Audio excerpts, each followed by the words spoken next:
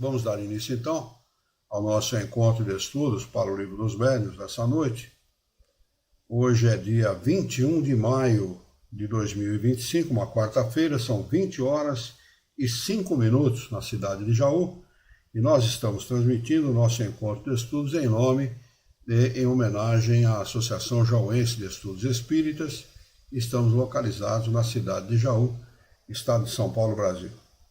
Estamos estudando no Livro dos Médiuns a segunda parte, no seu capítulo 14, Os Médiuns, subtítulo de Médiuns Videntes, subtítulo de número 5.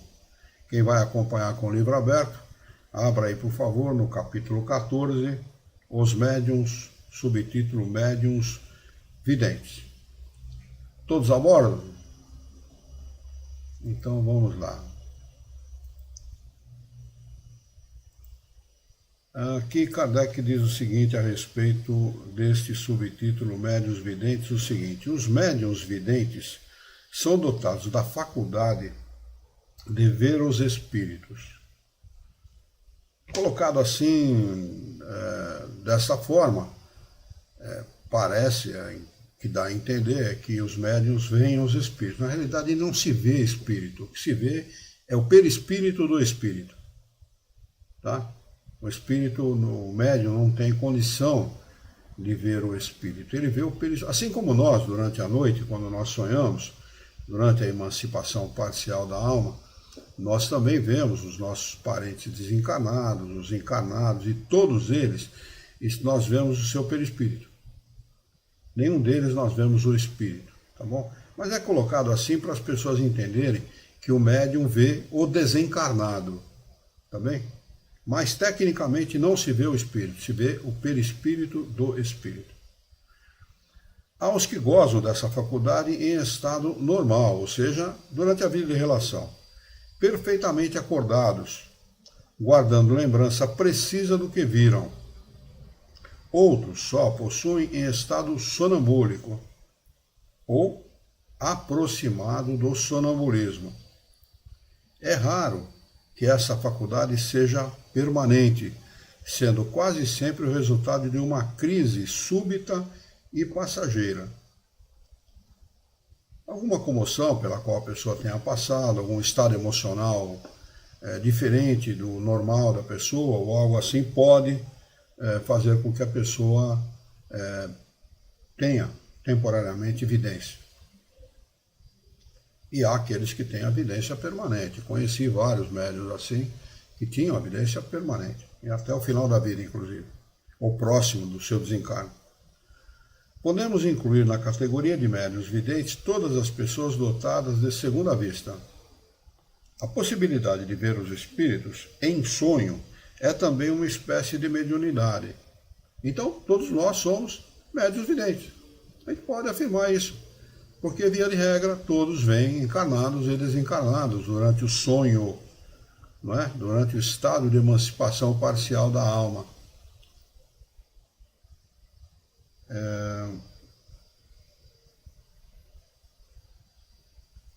Tá.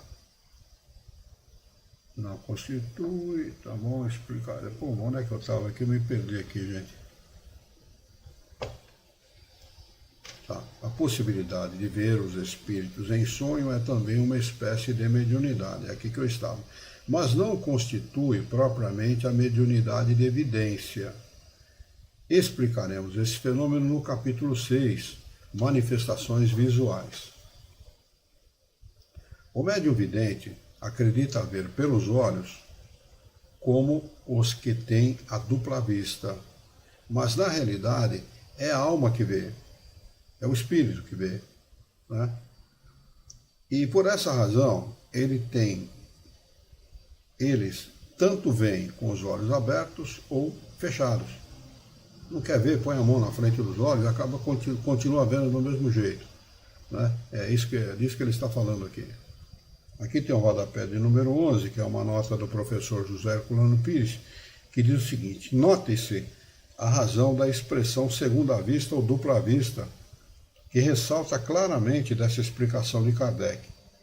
A evidência propriamente dita independe dos olhos materiais, porque é uma visão anímica, uma visão da alma, não é? A alma vê fora do corpo. É o que a parapsicologia chama hoje de percepção extrasensorial. A dupla vista se manifesta sempre como um desdobramento da visão normal. Um cego não tem dupla vista, mas apenas vidência. Ficou clara a explicação do professor? Claro, né? Dessa maneira, um cego pode ver os espíritos como os que têm visão normal. Seria interessante fazer um estudo sobre essa questão, verificando-se essa faculdade, verificando-se,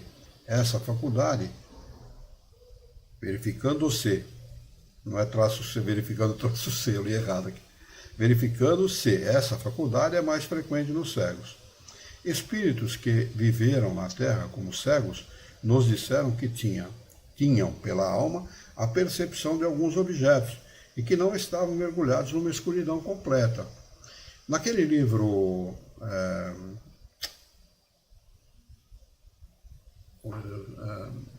Experiências Psíquicas Além da Cortina de Ferro, quem leu vai se lembrar. Eles têm uma experiência com os cegos, fazendo com que os cegos identifiquem as cores. E os cegos identificam. Coloca a mão sobre a cor, diz, olha, essa é vermelha porque é mais quente. Esta é branca, é mais fria, ou é mais clara, e assim sucessivamente. É interessante isso, né? É interessante. Essa experiência foi feita lá pelos cientistas da União Soviética, naquela época era a União Soviética, né? E constatando que essa veracidade, os cegos não são totalmente cegos, eles têm uma percepção maior do que aqueles que têm a visão normal, que não tem problema de visão. Deixa eu falar só uma coisa. Pois não. Luiz. E quando eu estudei o magistério, durante os 3 anos, eu tinha uma colega que era cega, Verônica. E aí, na época, eu era manicure também. Aí eu ia fazer a unha dela e eu falava para ela, qual é a cor que você quer? Aí ela pegava nos esmaltes, e ficava um tempo com ele na mão e falava, esse eu não quero, esse eu não quero. Aí eu falava, aí eu ia mostrando para ela até ela querer, né? Aí ela gostava das cores claras. Aí eu falava, como é que você sabe que esse aqui é claro? Eu quero passar o vermelho em ti. Não, Eliana, eu quero esse. Você não passa vermelho em mim porque eu sei que você está passando. E ela sabia a cor, por tocar. Então você confirmou agora essa experiência realizada pelos soviéticos. Ela era totalmente cega que ela trabalhava em Goiânia, num hospital, funcionária pública do materno infantil, e ela era na radiologia. Naquela época, não sei se ele faz isso, ela mexia com a revelação das radiografias, né? Então, a Verônica, sim. E aí, eu era a única colega da sala que se dispôs a ajudar ela e a ditar os textos.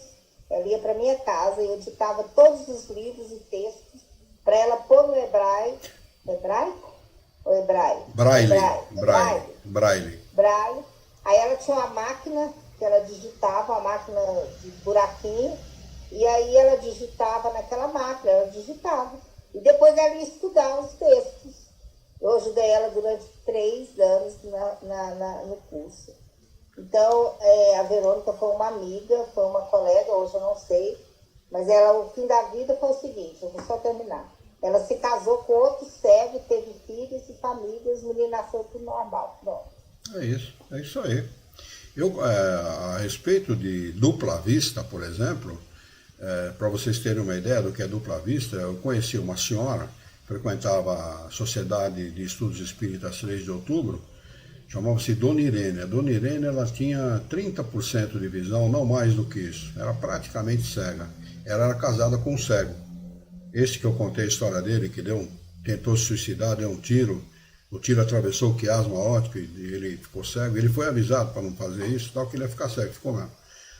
E a Dona Irene uma vez faltou a minha companheira de passe, porque a gente no passe dava 3 passes e revezava com o companheiro. A gente ficava no apoio, o companheiro dava 3 passes, depois a gente revezava novamente. Então eu estava dando passe e o meu espírito guia, de vez em quando, me inspirava a colocar a mão sobre a cadeira vazia. Para mim a cadeira estava vazia, né? Mas ele inspirava a colocar a mão e eu fazia, certo? Tudo bem. Acabamos o passe, terminamos o passe. Ela perguntou para mim, você tem evidência? Eu falei, não, nenhuma. Eu falei, então como é quando o espírito senta na cadeira, você coloca a mão? Ela via. Ela tinha dupla vista, ela enxergava um pouco pela vista normal e um pouco pela vista da alma, pela visão da alma, né? Isso é dupla vista. Dona Irene, muito boa pessoa. Ela deve estar já no mundo dos espíritos, deve estar desencarnada, as minhas amorosas vibrações dela.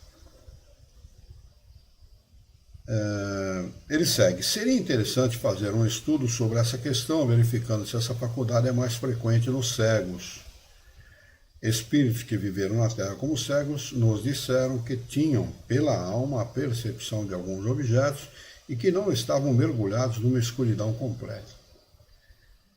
Devemos distinguir as aparições acidentais e espontâneas da faculdade propriamente dita de ver os espíritos. Isso acontece com muita frequência. Bem, vultos, rostos temporários, coisas do gênero, são aparições acidentais e espontâneas, né? Acidentais porque acontece acidentalmente. E espontânea porque o sujeito não está querendo ver nada. Muitas vezes não tem nada a ver com doutrina espírita, não estuda o assunto, não quer saber do assunto. E acontece de ver. Acontece de ver, é muito natural isso. Vulto, principalmente. Passou um vulto ali, o que será aquilo lá? E é isso mesmo, são as aparições acidentais e espontâneas.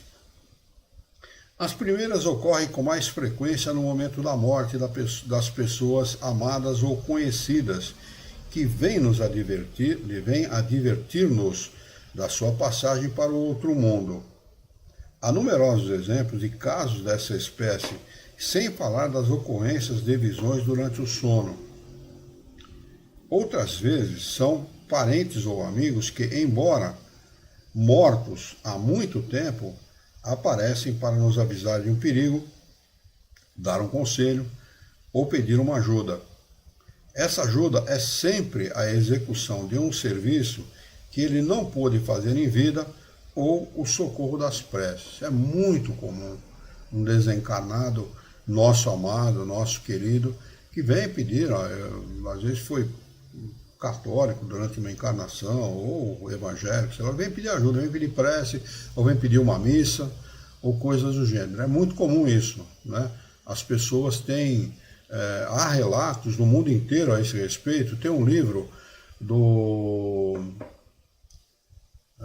Camille Flammarion. Camille Flammarion foi um garoto na época de Kardec, contemporâneo de Kardec. Ele tinha acho que 18, 19 anos quando começou a frequentar a Sociedade Parisiense de Estudos Espíritas. E o Camille era astrônomo. E depois do desencarne de Kardec, Camille viveu muito tempo ainda. E lá pelo próximo do final da vida dele, ele fez uma convocação geral na França para que as pessoas enviassem para ele relatos a respeito de ocorrências de fenômenos espíritas. Então o livro dele é dessa grossura, assim, só de relatos da França inteira, de pessoas espíritas e não espíritas que relatavam ocorrências desse gênero que nós estamos vendo aqui agora. Então, essas ocorrências, elas acabam fazendo parte do cotidiano da vida das pessoas em determinado momento ou de uma forma prolongada, né? Em algum momento da vida da pessoa acaba acontecendo isso, né? Eu tenho esse livro do Camille, eu consegui num sebo, esse livro do Camille, eu tenho esse livro aqui guardado em casa, muito interessante o livro. Relatos assim, muito interessantes.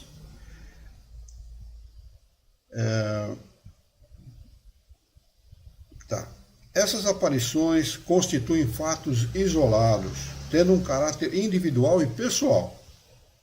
Não constituem, pois, uma faculdade propriamente dita. A faculdade consiste na possibilidade, se não permanente, pelo menos frequente, de ver os espíritos que se aproximam, mesmo que estranhos. É essa faculdade que define o médium vidente. Aqui tem um rodapé de número 12, um rodapé do professor José Herculano Pires, que diz o seguinte: Ernesto Bozano publicou um livro especial sobre o problema das manifestações espíritas no momento da morte, relacionando numerosos casos significativos, casos bastante significativos. Na moderna parapsicologia, esses fatos foram também considerados em vários livros.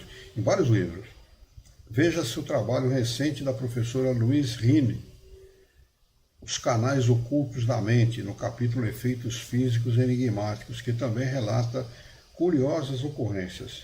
Há uma tradução brasileira de Jaci Monteiro, lançada pela editora Bestseller, São Paulo, 1966. Ele segue: entre os médiuns videntes, há os que veem somente os espíritos evocados, podendo descrever-os os melhores detalhes dos seus gestos. Eu vi acontecer isso num centro espírita uma vez, num trabalho de desobsessão. A médium foi evocado o espírito que estava acompanhando uma pessoa que estava presente. Era um trabalho feito com audiência, com a presença de público.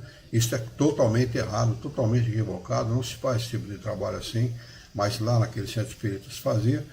E a médium, que era inclusive uma prima da minha mãe, ela estava na mesa e descreveu o espírito, como aquele espírito estava. Inclusive foi uma experiência muito ruim para mim, porque eu estava no começo da minha vida dentro do espiritismo, conhecia muito pouco, sabia muito pouco, eu já tinha lido alguns livros, e eu comecei a vibrar intensamente por esse espírito, pela descrição que ela deu do espírito. Eu comecei a vibrar, fiquei com dó, fiquei condoído da situação do espírito, comecei a vibrar. Isso foi numa sexta-feira. No sábado pela manhã eu levantei, tomei café e eu não tinha parada, eu não conseguia ficar parado. Da cozinha eu ia para a sala, sentava na sala, levantava da sala, ia para a cozinha, ia para o quintal, voltava para a sala. Eu estava totalmente inquieto. E depois passou, passei um meio-dia mais ou menos assim, eu nunca me senti daquele jeito. E eu questionei o espírito a esse respeito.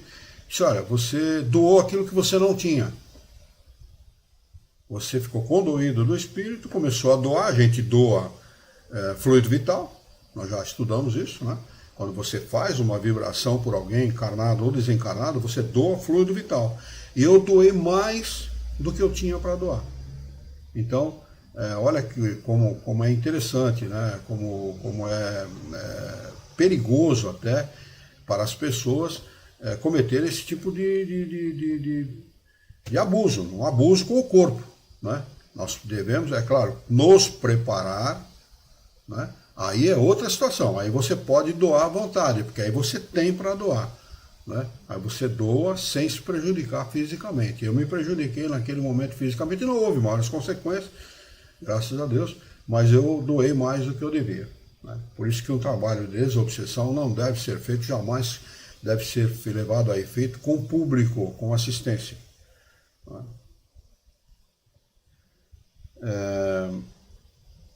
Podendo descrevê-los nos menores detalhes dos seus gestos de expressão fisionômica, os traços característicos do rosto, as roupas e até mesmo os sentimentos que revelam.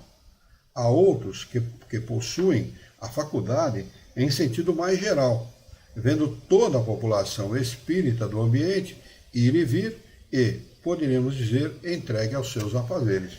Seus afazeres mesmo.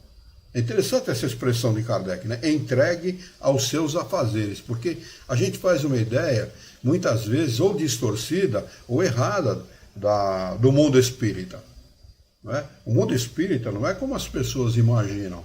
O espírito desencarna e não faz nada. O que ele tem para fazer? Uma vez, questionando uma senhora, começou a frequentar a Sociedade Jauense dos Espíritos, naquela época a sociedade, depois virou associação, e nós falamos: olha, não se iluda, esse tal de colônia espiritual e tal, mas eu vou ficar onde? eu vou fazer o quê?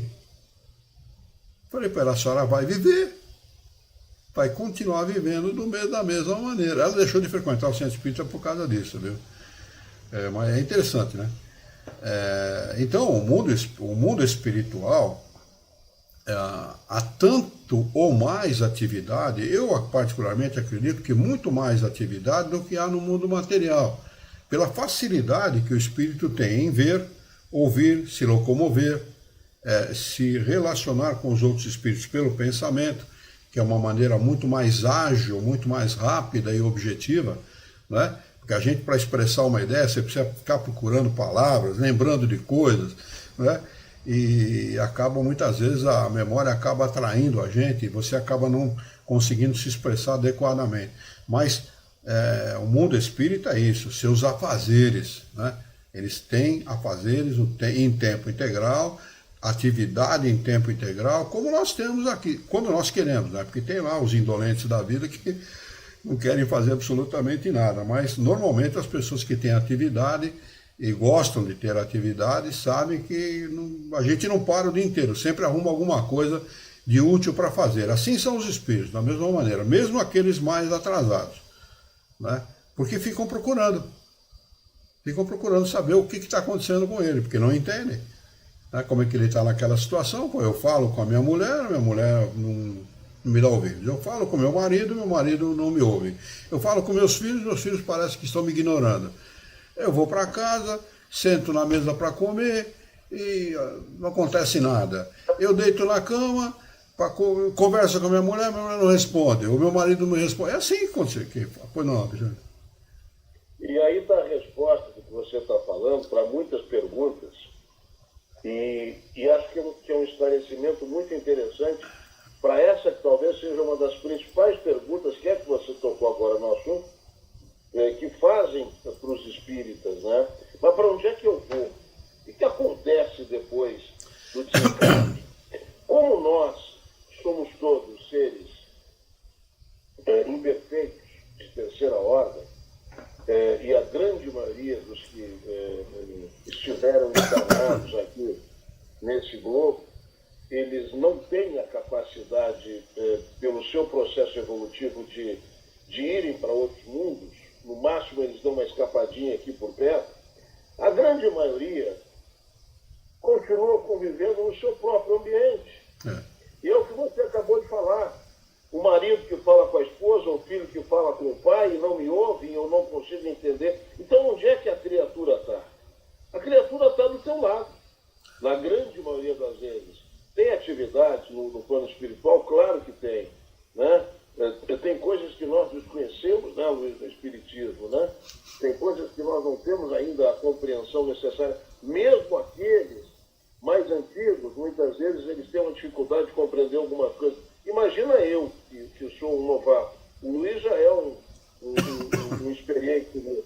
Mas, via de regra, só para concluir o raciocínio, é isso. As pessoas estão, os desencarnados, estão próximos a nós, junto a nós, desenvolvendo atividade em outros lugares, também, evidente, no seu processo evolutivo, mas, via de regra, pela sua evolução, pela sua dificuldade de evolução, estão próximos a nós.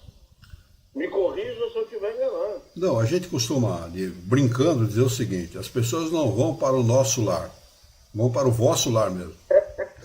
É isso aí. O Jorge, lá do Ceará, fez uma pergunta. Se o corpo físico é que tem... o espírito não necessita de descanso? Essa é uma pergunta. Depois ele faz uma outra logo em seguida. Só o corpo físico é que tem essa necessidade? Perfeitamente, Jorge. Na sua pergunta estão as respostas. O espírito não precisa de descanso e só o corpo físico que precisa de descanso, porque o corpo físico é que se desgasta, né? O espírito, não há nenhum desgaste para o espírito, porque o espírito não é composto por nenhum dos órgãos que compõem o corpo físico. Nenhum dos órgãos. Por isso que só o corpo dorme, o espírito não, né? O espírito nunca dorme, ele fica acordado em tempo integral, né? Em tempo integral, ele não dorme, né? Então é isso mesmo, na sua própria pergunta estão as respostas. Bom, a dona Marlene está conosco também. Obrigado pela sua presença, viu, dona Marlene? Ela está desejando uma boa noite a todos. A Alzeni também está presente, ela sempre coloca um monte de nome aqui. Não adianta nada, viu, Alzeni? Você colocar esse monte de nome, porque não resolve absolutamente nada. Você tem que me passar o nome completo, o endereço completo das pessoas, e a gente vai incluir no nosso grupo de prece com o maior prazer, com o maior carinho, tá bom? Faça isso, por favor. Seguindo, assistimos certa noite à representação da ópera Oberon, ao lado de um excelente médium vidente. Havia no salão um grande número de lugares vazios, mas muitos estavam ocupados por espíritos que pareciam acompanhar o espetáculo. Alguns se aproximavam de certos espectadores e pareciam escutar as suas conversas. Olha como é que acontece a coisa. É assim, Alexandre, exatamente como você falou. O espírito, ele é tão curioso quanto o encarnado. Quer ver uma coisa interessante? A gente fazia isso no centro da cidade. A molecada, né? Molecada não presta para nada, né? Molecada só presta para fazer bobagem. Né? Então eu era moleque na época, tinha 14 anos de idade. Então eu pegava 3, 4 moleques daqui, ali na rua 7 de Abril, centro velho de São Paulo. Aquilo na época, estou falando de 1966, aquilo era apinhado de gente, mas apinhado. Todo mundo ia para o centro da cidade para trabalhar. Hoje a coisa está diversificada, todo mundo trabalha no próprio bairro, né? Em São Paulo principalmente. Mas naquela época, já acontece isso aqui em Jaú, em cidades um pouco maiores e tal, já acontece isso. Mas naquela época todo mundo se dirigia para o centro de São Paulo. Tanto que todo mundo entrava às 8 horas e saía às 18 horas da tarde. Né? Então havia aquele fluxo grande de pessoas durante o dia, era um fluxo muito grande de pessoas. 7 de abril, Barão do Tapetininga, 24 de maio, o Viaduto do Chá, 15 de novembro, Rua São Bento, era centro nervoso de São Paulo. A gente parava em 3, 4 moleques, 5 moleques, aquele cheio de prédio, ficava olhando lá para cima, todo mundo, todos os moleques olhando lá para cima, mas olha, paravam centenas de pessoas fazendo a mesma coisa. E ninguém sabia por que estava fazendo aquilo. A gente morria de rir, porque era uma coisa engraçada, ninguém falava nada. Ele só falava, olha lá, olha lá, olha lá, olha lá, ficava no olha lá e parava. Então, quer dizer, o encarnado é muito curioso, né? Faziam isso para caçoar das Para caçoar, para palhaçada, é moleque. Moleque não vale nada, moleque é que nem macaco, só faz o que não presta, né? E as pessoas são curiosas, e os espíritos são a mesma coisa, né? O espírito, ele quando se interessa por um assunto, ele passa por um lugar que estão conversando a respeito de uma coisa, ele ouve, começa a se interessar, ele para ouvir. Como nós aqui, nós podemos ter centenas, talvez milhares de desencarnados, por se interessarem nesse assunto que nós estamos tratando, parados aqui simplesmente param para ouvir. Né? E é assim que o espírito progride. E é assim também que existe essa interação, essa interinfluência entre encarnados e desencarnados para que todos progridam. Não é? Então ele segue. Tá. Estavam ocupados por espíritos que pareciam, alguns se aproximavam de certos espectadores e pareciam escutar as suas conversas. No palco se passava outra cena. Olha que interessante essa cena do palco, prestem atenção. Por trás dos atores, muitos espíritos joviais, brincalhões, né, se divertiam em contracená-los, imitando-lhes os gestos de maneira grotesca, fazendo micagem, né, como a gente costuma dizer, né, em português. Outros mais sérios pareciam inspirar os cantores, esforçando-se por lhes dar mais energia. Um desses mantinha-se junto a uma das principais cantoras. Julgando as suas intenções um tanto levianas, e o evocamos após o baixar das cortinas. Atendeu-nos e reprovou com severidade o nosso julgamento temerário. Abre aspas, o espírito falando, desencarnado. Não sou o que pensas, disse. Sou o seu guia o seu espírito protetor. Cabe-me dirigi-la. Às vezes o cara acha que está cantando ali, está cantando sozinho, que não tem ninguém. Olha aí, ó. O espírito guia se interessa pela atividade do encarnado e vai auxiliá-lo de alguma forma. Isso serve para cantor, para escritor, para profissionais de todas as ordens, de todas as formas de profissão. Serve para todos, não é? De uma forma geral.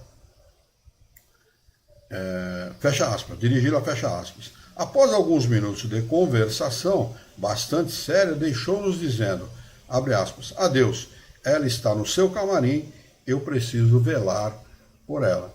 Quer dizer, o trabalho do nosso espírito guia é em tempo integral. Né? Nosso espírito guia está junto conosco em tempo integral. Cabe a nós aproveitar esta oportunidade, aproveitar esta vigilância exercida pelo nosso espírito guia com o propósito de nos auxiliar, de nos ajudar, de nos encaminhar pela vida, pelo melhor que a vida pode oferecer. Porque resvalar por caminhos tortuosos na nossa vida é muito fácil. É muito fácil e muito comum. Né? Nós, em algum momento da nossa vida, darmos aquela desviada, mas o nosso espírito guia está sempre ao nosso lado, nos auxiliando, nos inspirando, tentando nos ajudar.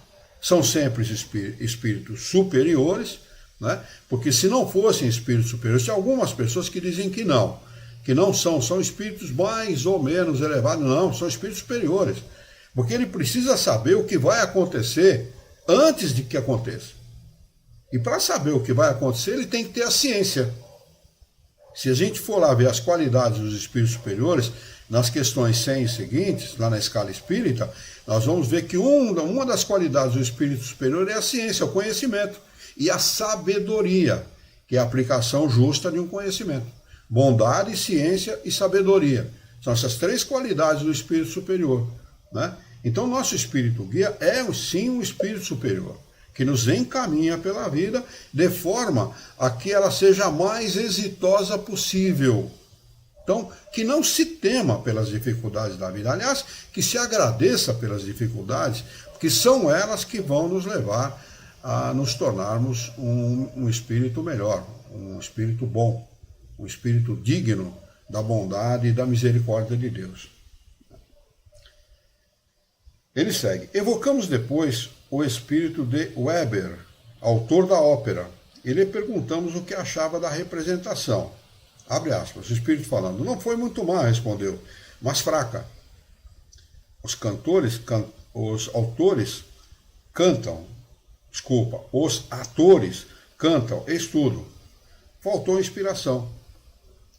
Espera, acrescentou, vou tentar insuflar-lhes um pouco do fogo sagrado. Olha que interessante. Vimo-lo então sobre o palco, pairando acima dos atores. Um eflúvio parecia se derramar dele para os intérpretes, espalhando-se sobre eles. Nesse momento, verificou-se entre eles uma visível recrudescência da energia, aumento da energia.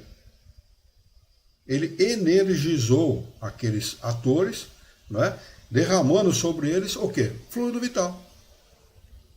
Né, energizando, dando ânimo para aqueles atores. Porque os atores, cantores, os que representam no palco, são como nós. Eles podem estar num dia muito bom e não fazer o trabalho adequadamente. Né? Como eu já ouvi muitos palhaços dizerem que eles entram no palco chorando por dentro, mas tem que sorrir e fazer sorrir porque é o trabalho deles. Imagina como uma pessoa dessa trabalha, né? Fazendo todo mundo sorrir, estando chorando por dentro por algum acontecimento da vida. Eis outro fato que prova a influência dos espíritos sobre os homens, sem que estes o percebam. E é sempre assim que acontece, sem a nossa percepção. A gente acha que está fazendo por si, que não tem ninguém influenciando coisa nenhuma, que nós somos mais nós e não precisamos de ninguém e tal, mas na verdade não. Eles exercem essa influência sem que a gente perceba, Porque nós temos uma coisa chamada livre-arbítrio. Em última instância, quem decide somos nós. Eles não podem fazer de forma que nós percebamos o que está acontecendo para não interferir no nosso livre-arbítrio. Porque nós vamos responder por todo o bem que nós fizermos, por todo o mal que nós fizermos também e por todo o bem que nós podíamos fazer e não fizermos. Então, eles não podem influenciar e fazer com que a pessoa note que está sendo influenciada. Exatamente por essa razão. O livre-arbítrio não se interfere.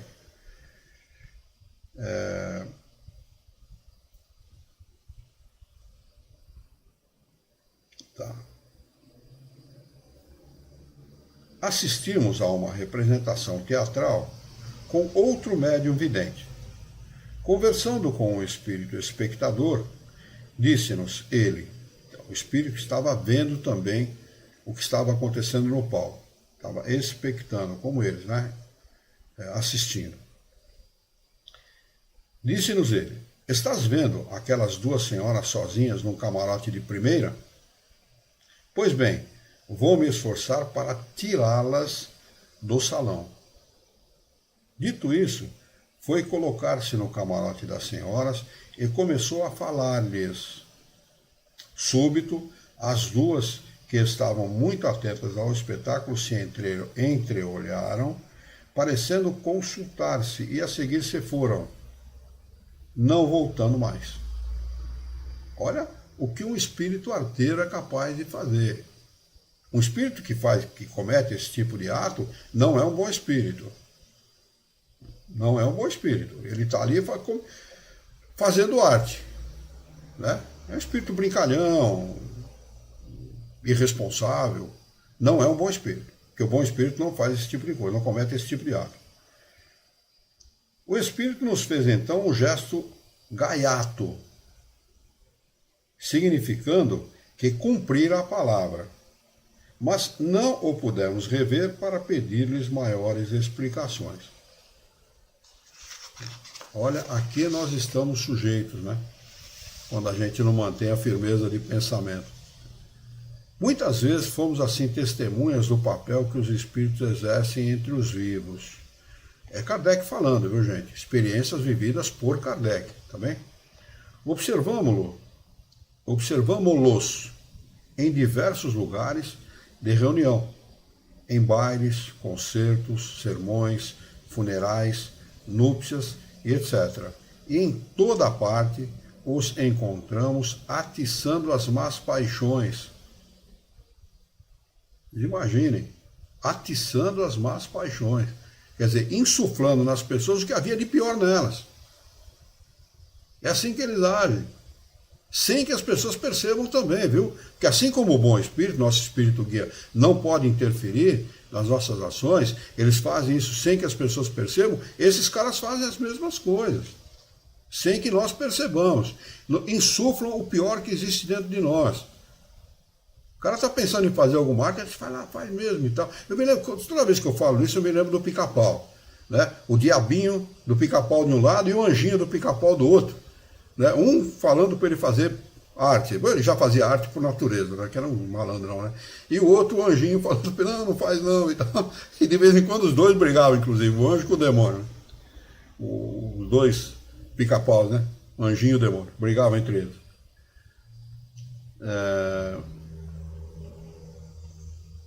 Insuflando também a discórdia, excitando as rixas e regozijando-se com as suas proezas. Eles se gabavam disso. Olha, insuflar discórdia é a coisa mais fácil do mundo para esses caras. Eles pegam um cara que está meio zuretado, aconteceu alguma coisa, perdeu um dinheiro, fez um mau negócio e tal. Ele chega para a mulher e fala assim, escuta, eu não falei para você fazer tal coisa? A mulher fala, falou, mas eu estou meio ocupado e tal, não dá para mim fazer agora. Pô, mas toda vez que eu peço para você, você não faz e tal. Aí começa. Aí o cara começa a relear a mulher responde mal para o cara, começa uma guerra de graça. E porque é assim que eles fazem. Começa do nada, de graça. Então, a vovó, e eu sempre observei isso na mãe do meu pai, chamava-se Isabel Herrera Dias. Na realidade, Isabel Dias, ela adotou Herrera depois de casada, depois de muito tempo. Ela casou com meu avô, já tinha os 15 filhos, já tinha tido os 15 filhos, ninguém sabia disso. Ela foi casar bem depois. A família ficou sabendo bem depois. A vovó morou com todas as noras e com todos os genros. Ela tinha 3 genros e 9 noras. Morou com todo mundo. E morou com a mamãe, morou em casa. Então a mamãe e o papai discutiam. E ela ficava quietinha, não falava absolutamente nada para ninguém. Nem a favor do papai, que era seu filho, e nem a favor da mamãe, que era sua nora. Quietinha, não falava nada. Acabava tudo, a coisa se amainava e tal, o papai ia para um lado, a mamãe ficava ali meio chorosa, a mamãe sempre foi muito de chorar muito. Ela chegava perto da mamãe numa voz muito delicada, muito baixa, ela falava assim: quando um não quer, 2 não brigam. Só isso, mais nada. Nem você está certa, nem você está errada, nada.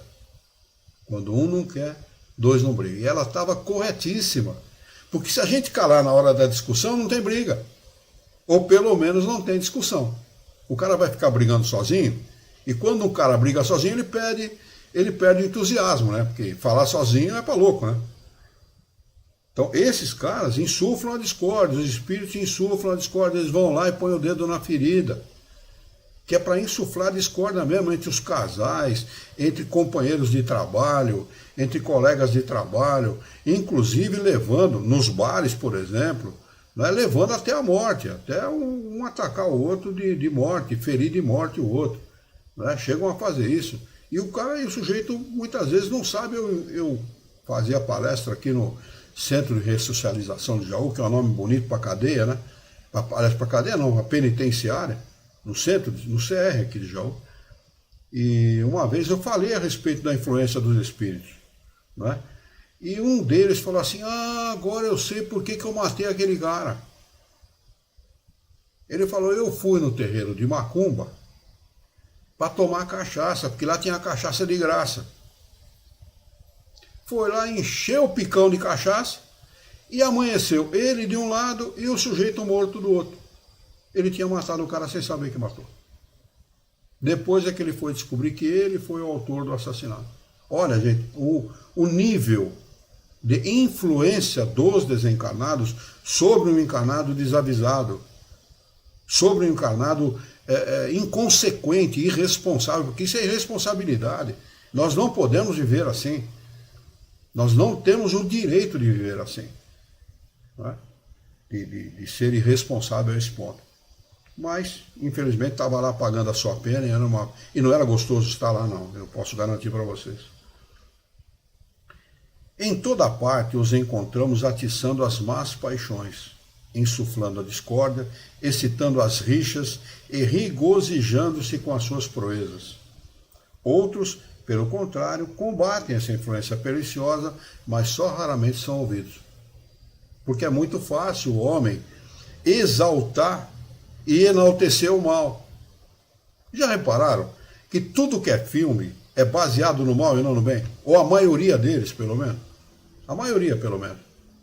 O homem sabe retratar o inferno, mas não sabe retratar o céu. Ele retrata o inferno com perfeição, porque ele imagina, né? Está na cabeça dele, está nele, né? Aquilo que lá acontece. Mas ele não consegue retratar o que é estar bem, o que é ser feliz, ou como é ser feliz, o que ele julga ser amor, o que ele chama de fazer amor, nada mais é que relação sexual. O amor ainda é uma teoria entre nós. O amor faz parte de discurso só, nada mais. Nós não sabemos o que é amar, não sabemos o que é fazer o bem, não sabemos o que é ser bom. Quando a gente quer ser bom, a gente faz o quê? É parcial. O pai que quer ser bom com o filho, ele acaba sendo parcial com o filho e estraga a educação do filho, ao invés de ser bom. Porque pai não deve ser amigo de filho. Pai deve ser educador não é amigo. Né? Então, olha que distância que nós estamos do bem ainda, que distância que nós estamos desta palavra amor, que quando Jesus pronunciou fez tremer a terra. Fez tremer os poderosos da sua época. Né? Ele realmente foi o maior exemplo de amor que nós tivemos entre nós. Né? Ele segue. Puxa, são 10 para as 9 já, caramba. Vamos ver se a gente consegue terminar. A faculdade de ver os espíritos pode, sem dúvida, se desenvolver. Deixa eu ver se tem alguma pergunta por aqui. Não. O Jorge diz. Então, nós, no capítulo anterior, notamos que os espíritos gostam de estar junto dos encarnados e não em ruínas. É isso mesmo, é o que eles fazem, a maioria deles. Existem os ermitões, né? Existem aqueles que gostam de estar separados, como existem entre os encarnados da mesma maneira. Mas a maioria está em sociedade, né? E não separado da sociedade. Vamos lá, a faculdade de ver os espíritos pode, sem dúvida, se desenvolver, mas é uma dessas faculdades cujo desenvolvimento deve processar-se naturalmente, sem que o provoque, se quiser expor-se a ilusões da imaginação. Quando temos o germe de uma faculdade, ela se manifesta por si mesmo. Devemos, por princípio, conter-nos com aquela que Deus nos concedeu, sem procurar o impossível, porque então queremos ter demais. Porque então, querendo ter demais, arrisca-se a perder o que se tem. Aqui tem um rodapé de número 13 do professor José Herculano Pires, que diz o seguinte: esta é uma característica do Espiritismo para a qual devemos sempre chamar a atenção de adeptos e adversários.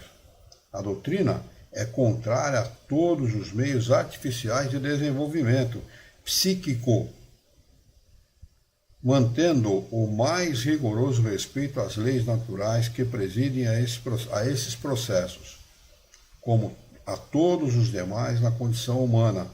Os que acusam o espiritismo de excessos psíquicos ou místicos simplesmente ignoram seus princípios e não sabem o que dizem. Na maioria das vezes, são centros espíritas que não sabem o que fazem por desconhecimento da doutrina. A pessoa chega no centro espírita, é feita a entrevista com a pessoa, e uma boa parte dos centros espíritas diz o seguinte: você tem mediunidade, precisa sentar na mesa e desenvolver. A pessoa nem conhecimento de doutrina espírita tem. Nós atendemos uma menina, a Meire, na Associação Jauense de Estudos Espíritas, que quase foi levada à loucura por causa de um procedimento como esse. Que os dirigentes espíritas, aqueles que trabalham dentro dos espíritas, tenham responsabilidade com isso. Mediunidade é isso que Kardec fala. Há os resquícios da mediunidade em todas as pessoas. E que as pessoas se contentem com aquilo que têm. É possível você desenvolver a mediunidade? É possível, mas não quando ela não existe. Tá? Se você tem evidência, com o exercício você vai aprimorando a sua mediunidade. Se você é um médium falante, com o exercício você vai aprimorando a sua mediunidade de médium falante. E assim sucessivamente, o audiente, todos eles. Né? Mas não você provocar a mediunidade que não existe. Porque é levar muitas vezes o médium a uma situação difícil, emocional e psicologicamente. Pode prejudicar em muito a pessoa. Que tomem cuidado essas pessoas ao falarem aquilo que não conhecem. Estudem Kardec, primeiro, antes de falar besteira. Né? E depois entreviste as pessoas, procurando ajudar as pessoas. E não cometendo esse tipo de abuso, esse tipo de imbecilidade, estupidez que se comete dentro das casas espíritas.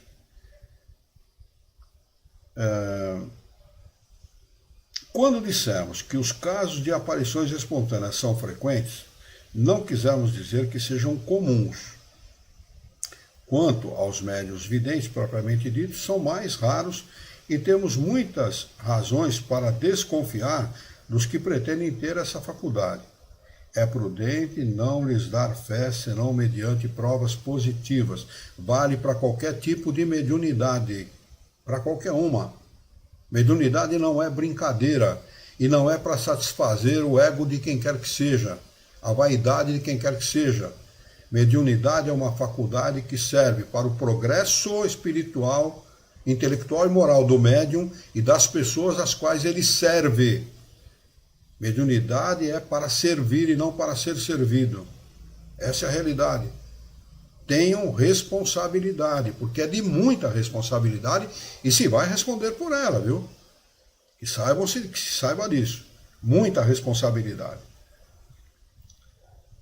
Não nos referimos aos que alimentam a ridícula ilusão dos espíritos glóbulos, de que tratamos o número 108, mas aos que pretendem ver os espíritos de maneira racional. Lembram-se do que é espíritos glóbulos, né? Aquelas formações que ficam na frente dos olhos, que se projetam para fora dos olhos e tal, e a pessoa imagina que aquele é espírito, coisa de quem não tem o que fazer. Algumas pessoas podem, sem dúvida, enganar-se de boa fé, mas outras podem simular essa faculdade por amor próprio, vaidade, ou por interesse. Nesse caso, deve-se particularmente levar em conta o caráter, a moralidade e a sinceridade habituais das pessoas, o que não se faz dentro dos centros espíritas. E o que não se faz com esses caras que escrevem romance. Tá? Tem um sujeito aí que entrevista as pessoas, eu não vou dizer a cidade dele, porque vocês vão matar quem é. E não me interessa denegrir ninguém. Mas a pessoa chega lá, ele diz que é substituto de um cara bom, assim e tal. Mas as pessoas chegam no centro espírita, existem pessoas que estão preparadas para entrevistar a pessoa e extrair da pessoa todas as informações, depois leva para ele e ele fala aquilo que a pessoa extraiu como informação. Então tomem cuidado com isso. Tem muito malandro por aí, muito vaidoso. O cara tem interesse naquilo, ele quer se projetar. É perigoso isso. Perigoso, porque mediunidade não serve para isso. Mediunidade não tem esse propósito. O objetivo da mediunidade não é esse. Não é essa.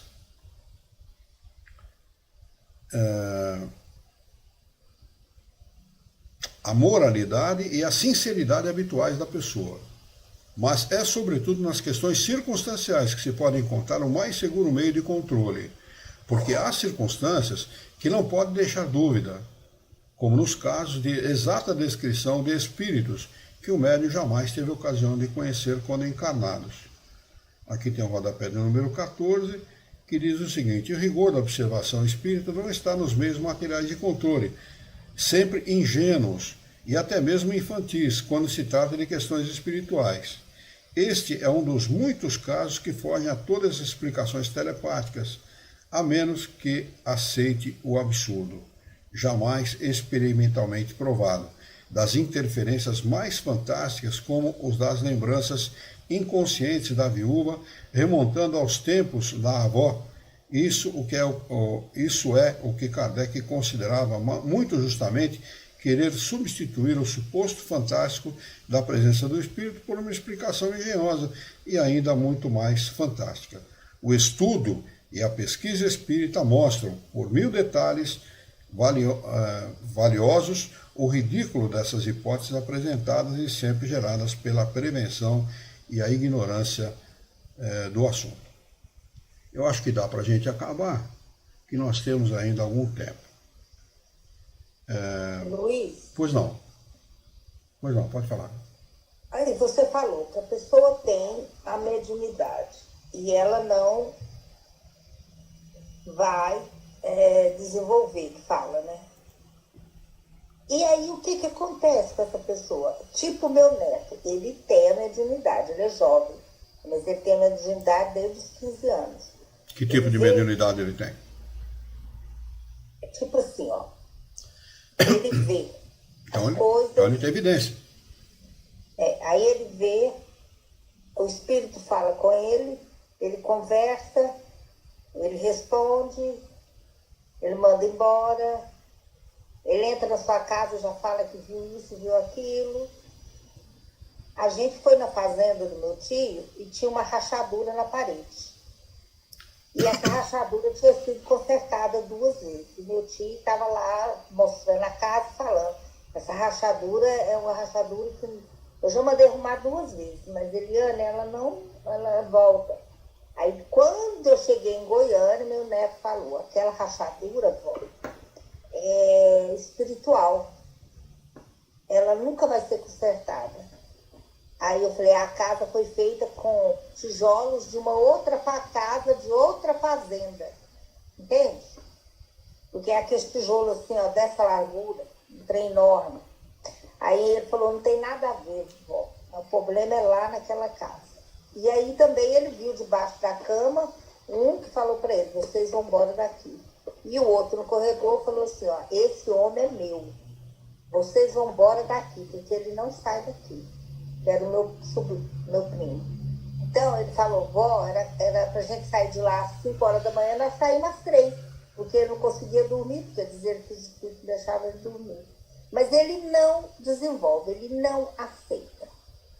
Olha, não desenvolver é uma coisa, não aceitar é outra. Desenvolver a mediunidade significa a prática da mediunidade, tá bem? A pessoa vai num centro espírita, aprende.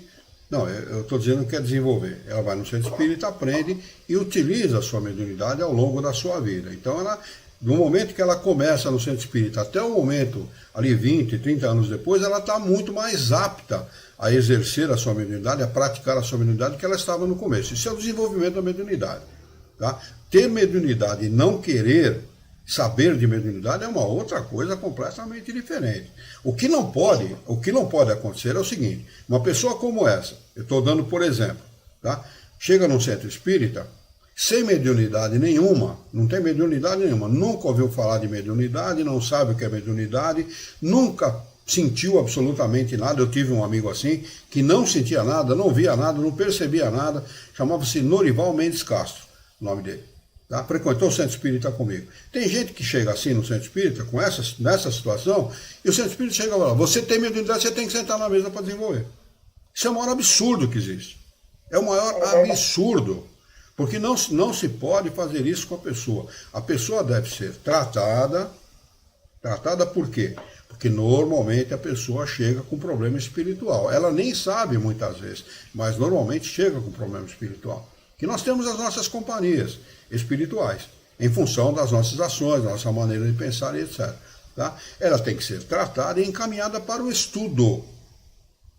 Estudar as obras espíritas. Depois que ela estudar o livro dos Espíritos, o livro dos Médiuns e o Evangelho segundo o Espiritismo, no mínimo, quando ela estiver no Evangelho segundo o Espiritismo, ela pode ser convidada a participar de um trabalho espírita, de um trabalho mediúnico. Convidada, se ela quiser. Tá? Mas não antes disso. Ela tem que ter um conhecimento mínimo, um conhecimento básico. Eu vou dar um exemplo para vocês. Quando nós fazemos uma casa, qual é a coisa mais forte que nós fazemos, mais resistente que nós fazemos na casa?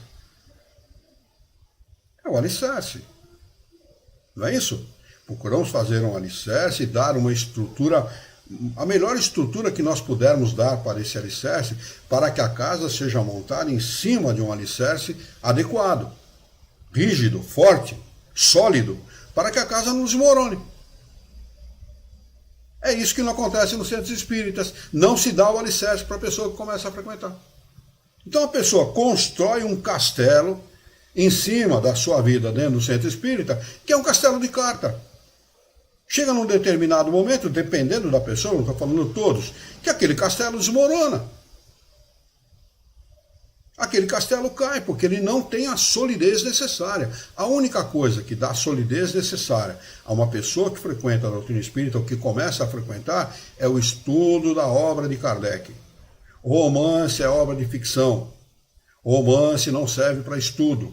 Pegue qualquer profissional de qualquer área, qualquer formação acadêmica que seja, ele não usou um livro de romance para se formar na sua área.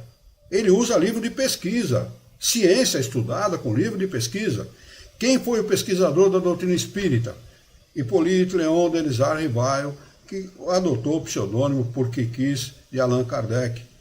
E nasce a 18 de abril de 1857. Então, é isso que fazem nos centros espíritas. E isso destrói a doutrina espírita. Não a doutrina espírita em si, mas o movimento espírita brasileiro, porque ele está montado em cima disso. Tem muita gente boa, muita gente responsável, mas tem muita gente irresponsável também, que não sabe o que fazer com a doutrina espírita e faz esse monte de bobagem, esse monte de besteira. Lamentavelmente é isso, dona Eliane. Infelizmente. Mas eu só vou seguir aqui para a gente acabar esse texto, para a gente poder encerrar os nossos... Você quer falar alguma coisa, Celso? Sim. Se for possível, em razão aí do tempo também. Pois não. Um questionamento.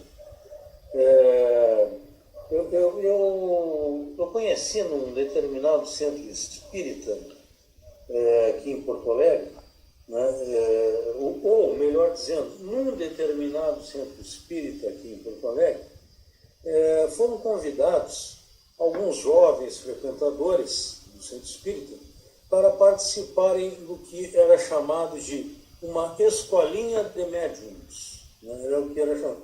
Então, um grupo lá, uma meia dúzia aproximadamente de jovens adolescentes,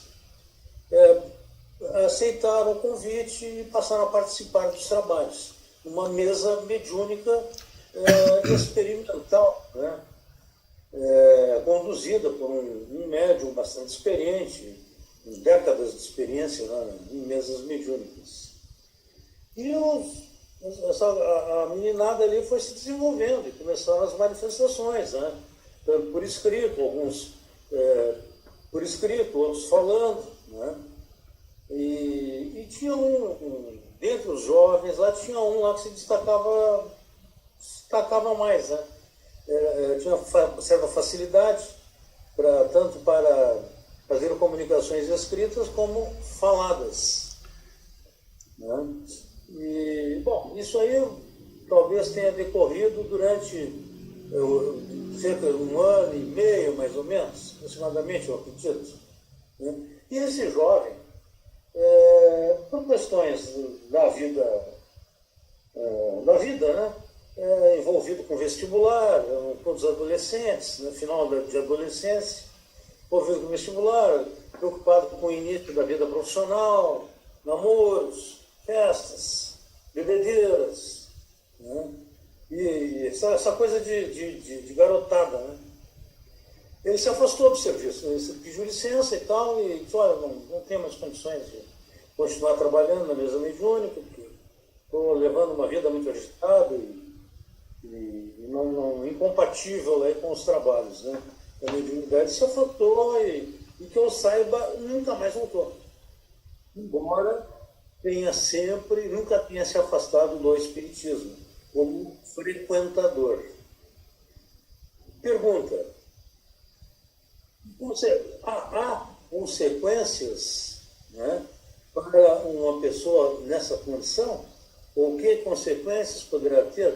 Já que ele tinha um dom natural da mediunidade, né? Tanto que com facilidade fazia comunicações, né? Essa é a questão, Luiz. Eu acho que é uma grande irresponsabilidade por parte de quem age dessa forma. Na minha opinião, tá? Desculpa, a pessoa deve ser uma pessoa responsável, deve ser uma pessoa de muito boa vontade, com muito bons propósitos e tal. Eu não discordo disso, não estou aqui julgando, fazendo um juízo de valor sobre a pessoa que deu início a esse trabalho. Mas a primeira coisa que você precisa dar, principalmente para o jovem que frequenta o centro espírita, é conhecimento.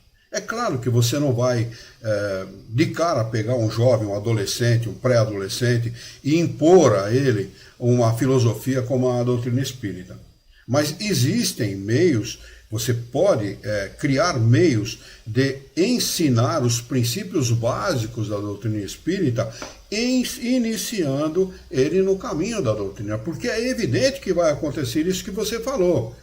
A sequência da vida para ele não vai ser naturalmente dentro do centro espírita. O que vai acontecer? Ele vai deixar o centro espírita num determinado momento, vivenciar a vida dele, vestibular, faculdade, etc. E depois, lá na frente, quando estabilizado como profissional na área dele, vai voltar para o centro espírita. É para esse período da vida dele que ele tem que estar preparado, que é um período perigoso e difícil. É o período que ele vai se envolver com outras pessoas, possivelmente com drogas, com outras atividades, que eles têm que estar preparados moralmente para enfrentar isso, de tal forma que ele não caia vítima e presa desse tipo de coisa, porque é natural que caia. É natural que caia. Mesmo preparado é capaz de cair. O sujeito vive 14, 15, 16, 17, 18, 20 anos na casa dele, o pai rígido, ele em cima, cerceando o cara, cuidando, tal, procurando educar e tal. Aí o cara se vê livre de um momento para o outro, indo estudar numa outra cidade, totalmente livre, solto, nesse outro lugar. O que acontece com a criança? O que acontece com esse jovem? O que acontece com esse adolescente? Ele pode cair em descaminhos, e é natural que caia. E hoje em dia é muito mais fácil que antigamente. Antigamente só existia maconha. Hoje maconha é romântico, né? Então, é preciso preparar o jovem. O espírita, o movimento espírita brasileiro e o espírita, de uma forma geral, não dá a devida atenção para isso. Os meios de comunicação espírita não dão a devida atenção, não estão preparados ou deveriam se preparar para lidar com essas crianças, para lidar com esses jovens adequadamente, dar a eles a estrutura necessária, que não é a mediunidade. A não ser que ela seja tão espontânea, tão rápida e tão evidente que não há outra maneira de se lidar. Mesmo assim, você pode fazer um trabalho que se fiz muitas vezes no centro espírita, de pedir para os espíritos vamos dizer, diminuir a intensidade daquela mediunidade para que a pessoa possa ter uma sequência de vida natural e normal, a fim de que aquela mediunidade não atrapalhe a vida dele. E acontece com criança. Acontece com mediunidade assim, muito evidente, muito intensa na situação, na vida infantil da criança. Nós fizemos tratamento em crianças lá e pedimos para que os espíritos diminuíssem a mediunidade ou pelo menos estabilizassem aquela situação a tal ponto de não interferir na vida daquela criança. É isso que precisa fazer, precisa se criar métodos.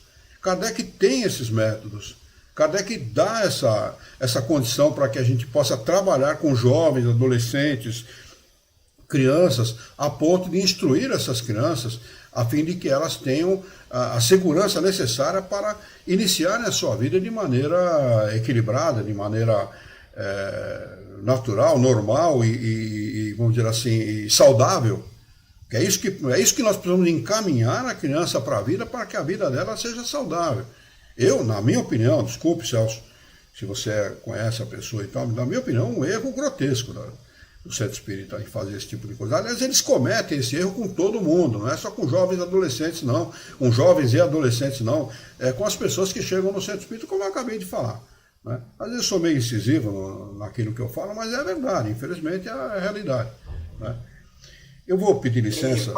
O assistente em si, no caso, pois não. No exemplo, no caso contado, que tipo de consequências que poderia haver essa mediunidade dele que foi interrompida e foi abortada, por assim dizer, poderia lhe trazer problemas, dificuldades, até mesmo, digamos assim, cobranças da espiritualidade?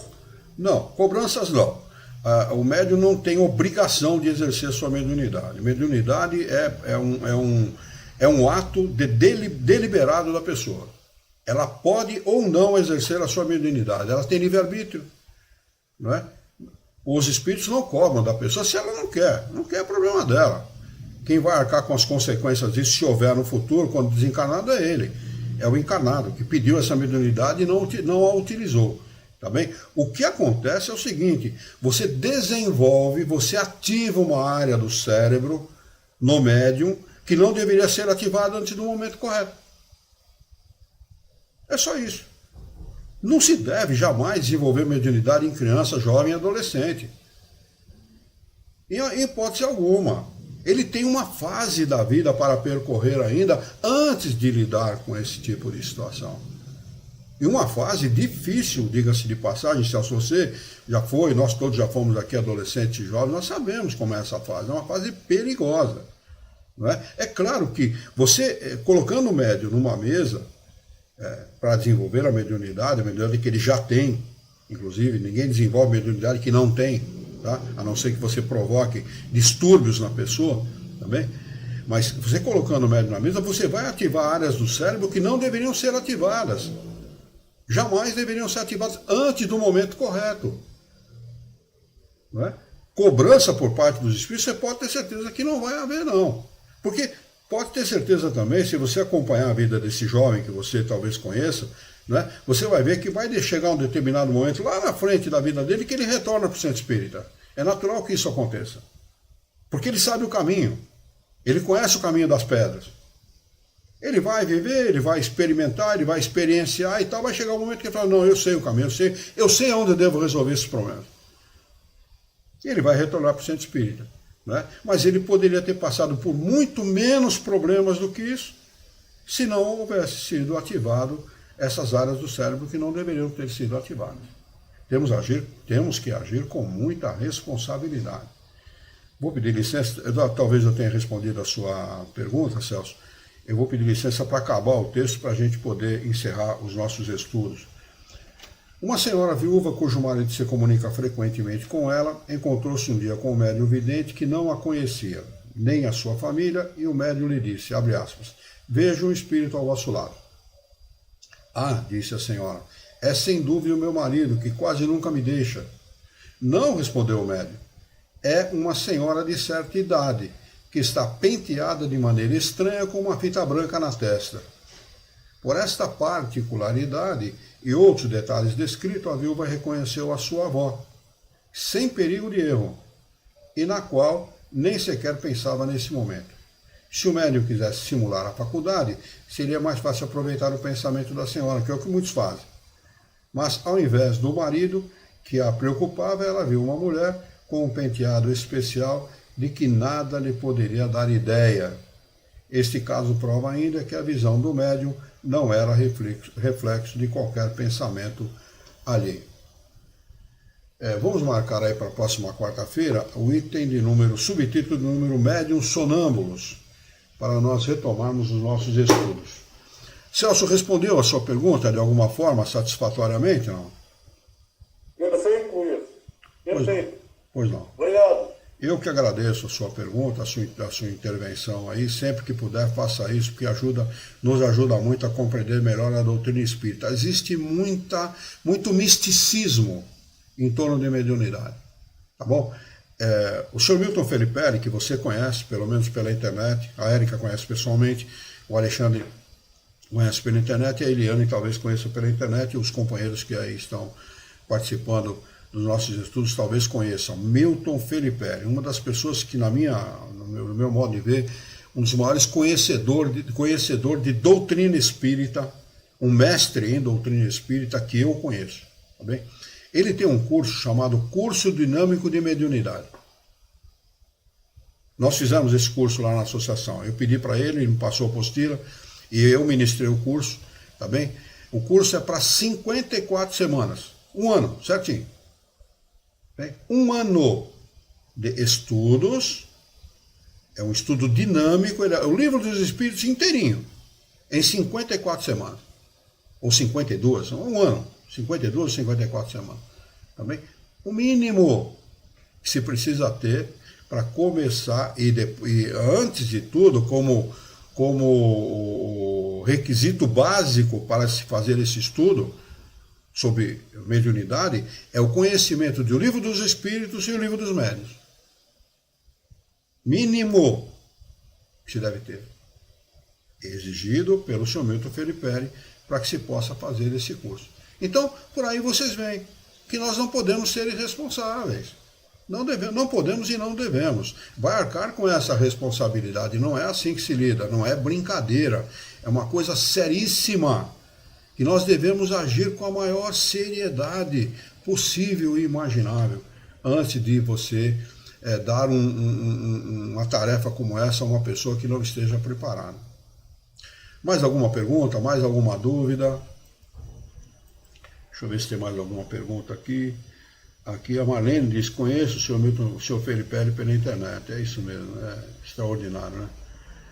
O Jorge da mediunidade represada pode causar problemas numa pessoa de hipótese. Não existe mediunidade represada, Jorge. Isso é uma falácia de quem entende mediunidade dessa forma. Mediunidade, ela se manifesta, tá bem? Ela não fica represada na pessoa. Quem retém a mediunidade e não a pratica é o próprio médium, tá bem? É claro que ele vai ter problemas com isso, porque ele não sabe entender o que está acontecendo. Tá bem? É a mesma coisa que você enveredar por caminhos na vida que você desconhece. Tá? Por caminhos que você não tem a lida necessária com a intimidade necessária com aquele caminho. Tá bem? Mediunidade é isso. A mediunidade ela é pedida pelo espírito antes de encarnar. Ele pede a Deus aquela oportunidade, aquela mediunidade, para poder trabalhar com aquela mediunidade e, através dela, progredir e fazer progredir. Esse é o propósito da mediunidade. Por isso que ela deve ser tratada com muita responsabilidade e exercida santamente, para usar um termo assim mais específico, mais apropriado. Não que a mediunidade seja santa, não, mas utilizá-la com responsabilidade, com seriedade. Se o médium não quiser utilizar a sua mediunidade, ele não tem obrigação nenhuma. Que se leve sempre em consideração uma das leis naturais, chama-se livre-arbítrio, todos nós a temos, todos nós vivemos sobre a égide dessa lei. E essa lei é inexorável, ela age, ela não pede licença para ninguém para agir, nem para pastor, nem para padre, nem para ninguém que não entende o que é isso. Tá? Nós temos liberdade de fazer ou não fazer qualquer coisa na vida. A pessoa pode passar uma vida inteira sem trabalhar, em fim de conversa, e viver às custas dos outros, acabou. Tem problema? É claro que tem problema. Ela vai responder, como quando desencarnar, ela vai responder pela sua inoperância, pela sua falta de responsabilidade. Mediunidade é a mesma coisa. Se ele pediu, e lhe foi concedida a mediunidade por Deus, porque ele concede todas as coisas, ele tinha responsabilidade sobre isso. Não cumpriu a responsabilidade? Arque com ela. Problema seu. Mas não que isso vai trazer problemas para a pessoa, vai trazer problemas para o desencarnado, para o espírito, que não cumpriu, como tantas outras tarefas na vida, aquilo que devia cumprir. Não tem tanta gente que bota filho no mundo e não cumpre com essa imensa responsabilidade, que os espíritos dizem que é uma missão, a paternidade, e não cumprem com essa missão. Que dirá mediunidade. Tá bem? Muito bem, queridos amigos, vamos fazer a nossa prece de encerramento. Hoje bastante tarde, hein? 21 minutos depois do horário normal. Eu convido a todos, amorosamente, a nós unirmos os nossos pensamentos para mentalizarmos o nosso querido mestre, o nosso querido modelo e guia de todos nós, Jesus de Nazaré. Juntos com Jesus, vamos nos dirigir ao Criador, ao Senhor da vida, fonte inesgotável de paz, de amor, de bondade, de misericórdia e justiça, para agradecê-lo muito pela oportunidade de aqui estarmos reunidos em seu nome, para estudarmos as questões propostas pelo Livro dos Médiuns da Sabedoria.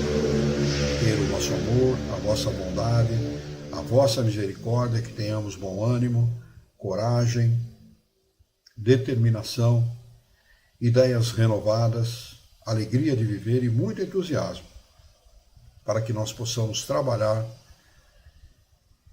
sermos úteis à sociedade em que vivemos e desta forma dignificar a vida. Dá-nos ainda, Senhor, a força e a coragem para que nós possamos orientar a própria existência por um profundo e sincero respeito pelo nosso próximo.